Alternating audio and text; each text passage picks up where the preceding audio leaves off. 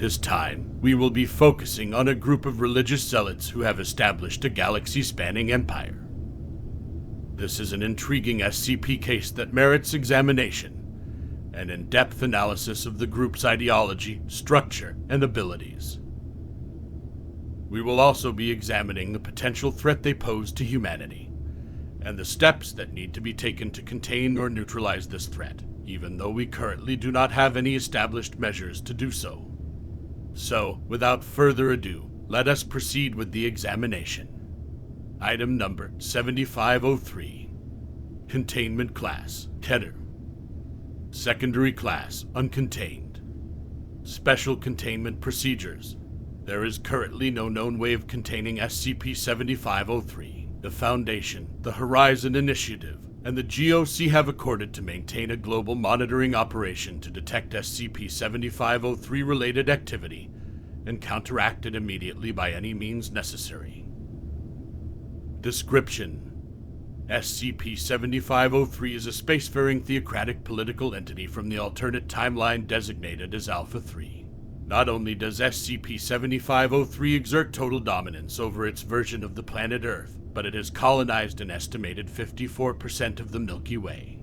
SCP-7503 technological achievements are anomalous in nature, employing a type of functional thaumaturgy that bears resemblance to medieval alchemic practices. SCP-7503 has shown xenophobic hostility and imperialistic intentions towards social and political entities outside its control. SCP-7503 possesses faster-than-light capabilities and has engaged in a so-called Eternal Crusade, a militaristic expansion campaign against all extraterrestrial sentient life. SCP-7503's advance has been halted by a coalition of alien civilizations known as the Covenant of the Second Hideoff. SCP-7503 and the Covenant of the Second Hideoff are currently engaged in a galaxy-spanning protracted Cold War. SCP-7503 was first encountered during the Benevento Incident. Foundation and Horizon Initiative forces engaged in combat against a hostile entity previously identified as SCP-7503 and now designated as a Goliath-class relicarium by Horizon Initiative researchers. At first, SCP-7503 was believed to be an isolated anomalous entity of Euclid class. However, the discovery of at least 2 other Goliath-class reliquary and other archaeological sites around Italy led to the Foundation to reclassify SCP-7503 to Keter. Fortunately, the 2 found reliquary were contained before they could be activated. After Incident 143, novel information on SCP-7503 was obtained. SCP-7503 should be assumed to have hostile intentions toward Prime Timeline's Earth. SCP-7503 military capabilities are estimated to be orders of magnitude above the current global military forces, including the Foundation and GOC.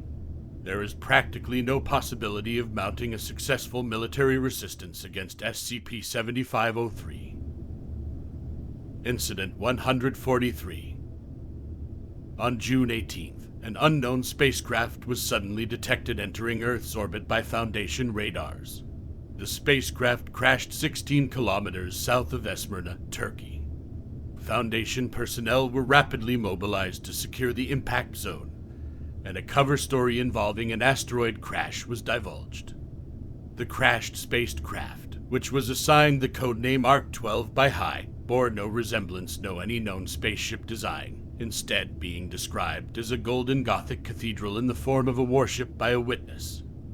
After 16 hours, the spacecraft gates were opened and 5 humans emerged from it. They surrendered themselves willingly to Foundation operatives and were brought into custody for interrogation. They identified themselves as members of the Chaos Apostasy, an alternative version of the Chaos Insurgency that is working alongside the Covenant of the Second Hideoff to hinder SCP-7503 advances. They agreed to provide the Foundation with crucial information regarding the nature, history, and goals of SCP-7503. The information provided by the members of the Chaos Apostasy has so far been corroborated with translations from the ARC-12 database.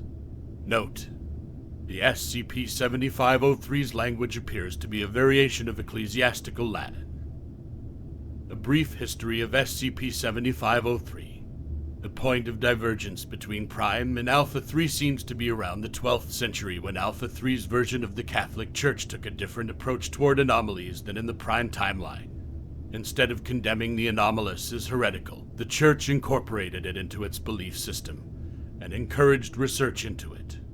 A specialized church jurisdiction, the Sanctificatio Continentium Pontificalis Congregatio, was established to conduct anomalous research under the supervision of the Council of Cardinals.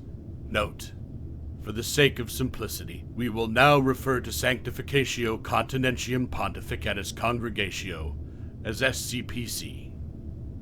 A priority direction of SCPC's research was to achieve sainthood as a rejection of the flesh and the material world. As a result of efforts, the Church perfected an anomalous procedure known as beatification. The exact details of the procedure are unknown, but it eventually entails the removal of all of an individual's flesh and the bounding of their soul into their skeleton.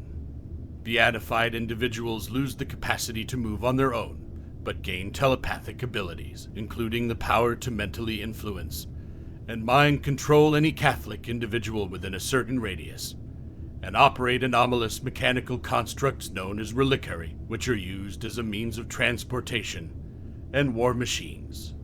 Note: for the purpose of this file, the term Catholic individual or member of the Catholic faith refer to anyone who has received the 3 Catholic sacraments of Christian initiation, baptism, confirmation, and Eucharist, regardless of current religious affiliation. In 1392, the ruling pope underwent beatification and declared itself to be the Pope Emperor of mankind.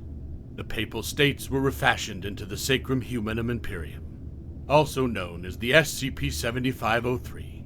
With the mind control capabilities of Betos over the Catholic population, soon SCP-7503 exerted dominance over all of continental Europe. Armed with the reliquary and other anomalous weaponry, SCP-7503 launched a global crusade against all non-Catholic nations. By 1492, the last alliance of the Xia dynasty and the Devite Empire was crushed, finishing SCP-7503's conquest of Earth. SCPC's technological and thaumaturgical capacities continued to grow exponentially. By 1588, they had achieved space travel, as well as rudimentary terraforming and habitat building that allowed them to colonize the solar system. By 1630, faster-than-light travel was mastered, and it marked the beginning of SCP-7503's expansion into the Milky Way. As soon as alien life was encountered, it was declared heretical, and the Eternal Crusade was launched with the intention of purging the Milky Way of non-human life. The Crusade initially took extraterrestrial civilizations, with many of them being technologically inferior to SCP-7503, by surprise, and SCPC achieved rapid success in conquering large portions of the galaxy, eventually remaining, and more advanced alien civilizations organized to resist SCP-7503. This coalition was named the Covenant of the Second Hideoff, and managed to stall SCP-7503's conquest. With its space expansion halted, it is believed that SCP-7503 has turned its expansionist tides into alternate versions of Earth, specifically the Prime Timeline. The following is a transcript of an interview conducted between Julie Zavisna and Dr. Chakrabarty, taking place after Incident 143. Forward.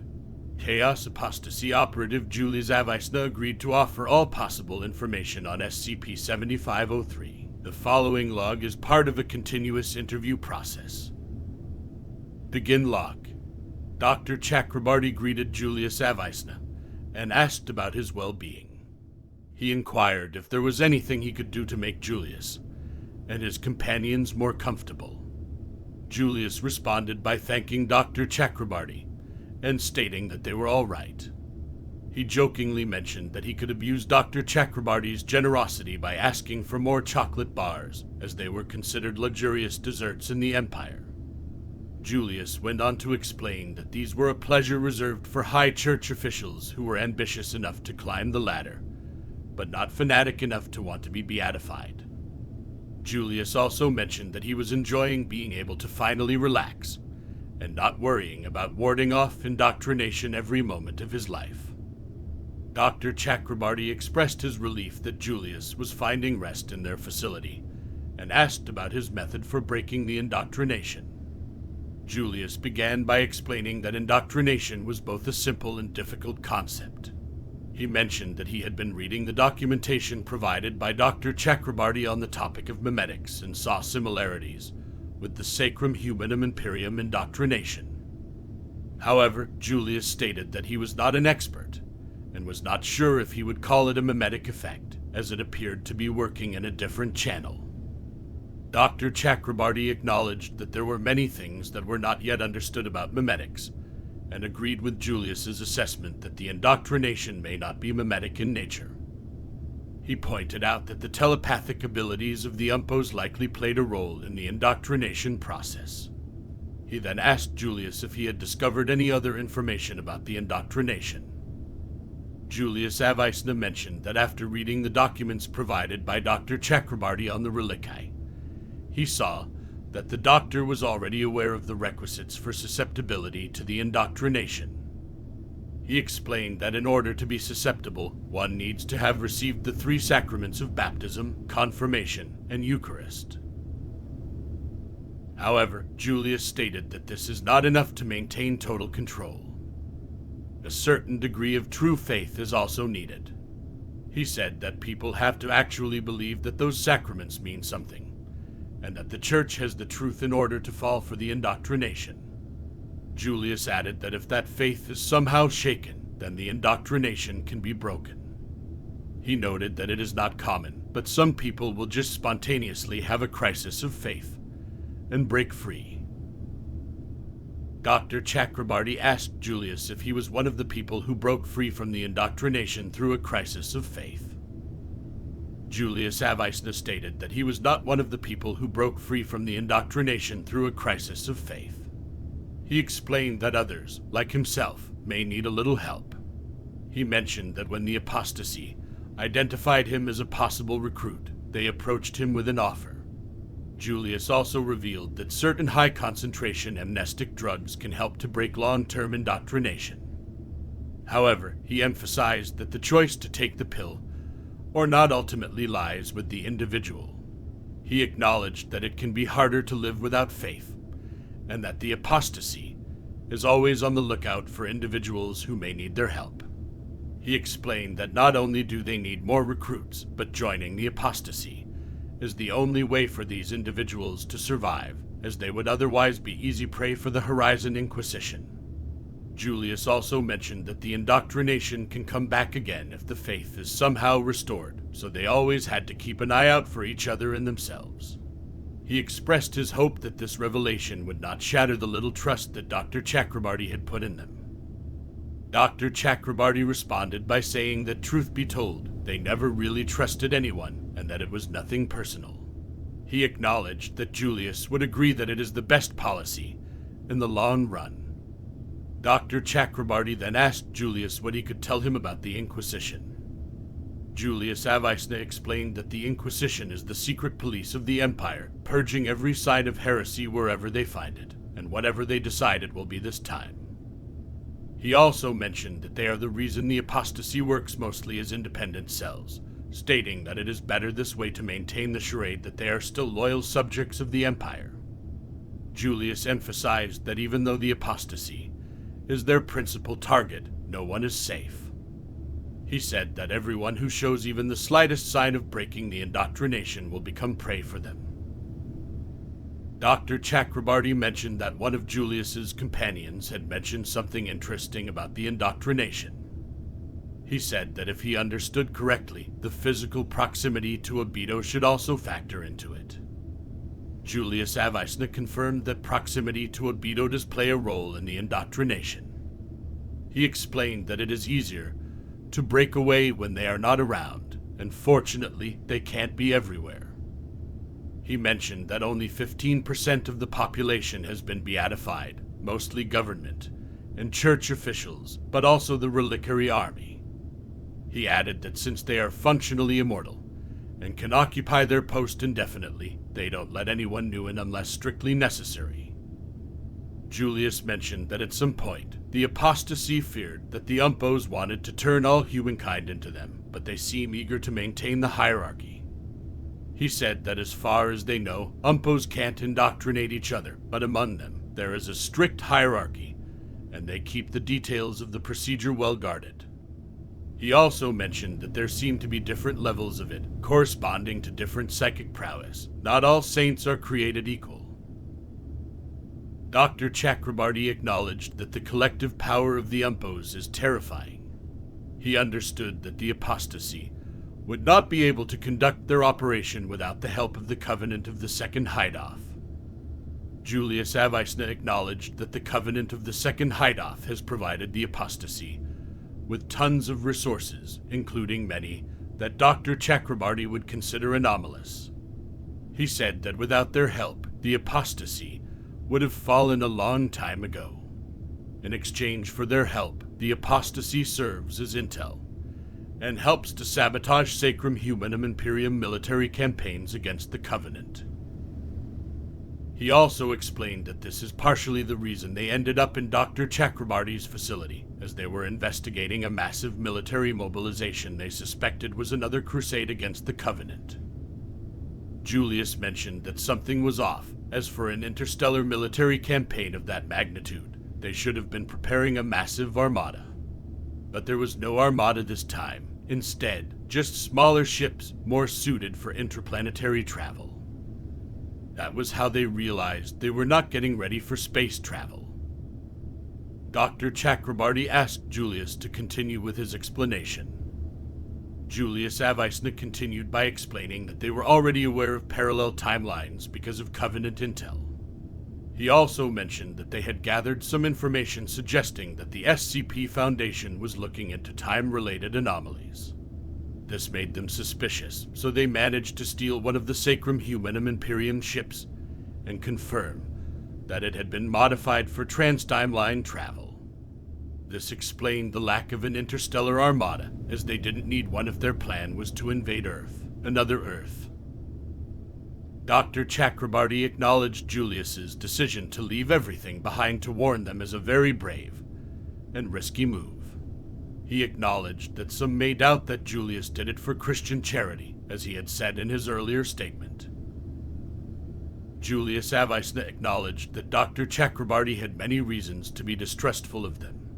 He reminded the doctor that he is free to check their ship logs to corroborate what they are telling him, but even that's still a bet, as they could be fakes.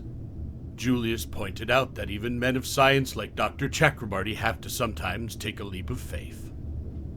He mentioned that whether Dr. Chakrabarty believes him or not, his conscience is clean. Julius paused for a while before continuing, suggesting that he had something more to say about the charity aspect of their operation. Julius Avisna continued by explaining that back in their timeline, neither the apostasy nor the Covenant of the Second Hideoff had been able to make any advances against the Sacrum Humanum Imperium in centuries. He said that they hoped that maybe, just maybe, if the Sacrum Humanum Imperium were to be defeated here, they could be destabilized enough to be vulnerable in their timeline. He emphasized that the apostates won't rest until the Empire is gone, and they will try anything to have their victory, no matter how hard or dangerous. He said that this is the nature of the mission, and reminded Dr. Chakrabarty that the apostate's motto is ad astra per spera, meaning to the stars through difficulties. Dr. Chakrabarty said that he admired Julius's conviction, but he didn't want to sour his hope. He mentioned that they had already had some encounters with SCP-7503, and that their military technology was formidable. He admitted that they had a hard time against only one relicarium. Julius reminded Dr. Chakrabarty that this was only reconnaissance, and that the true extent of their strength will be seen soon. Dr. Chakrabarty stated that they are doing everything in their power to prepare against SCP-7503. Julius advised Dr. Chakrabarty that even that may not be enough, and that they need to go beyond. Dr. Chakrabarty confidently replied that they will, and that they are the SCP Foundation, the real one, and they always do. Julius Aveisner repeated his warning to Dr. Chakrabarty that even though they have allies in this timeline, he should not put much trust in them. Dr. Chakrabarty asked Julius to clarify who he was referring to when he said not to put trust in them. Julius Aveisner replies the Horizon, the Inquisition, and the ones they call the Initiative. End log. Closing statement. SCP Foundation is currently in urgent discussion with the GOC and the Horizon Initiative to prepare against the threat posed by SCP-7503.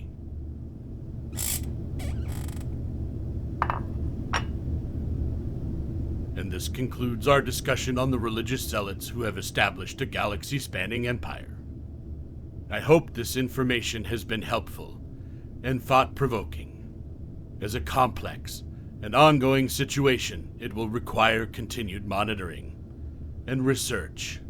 The SCP Foundation will continue to work towards understanding and mitigating the threat posed by this group.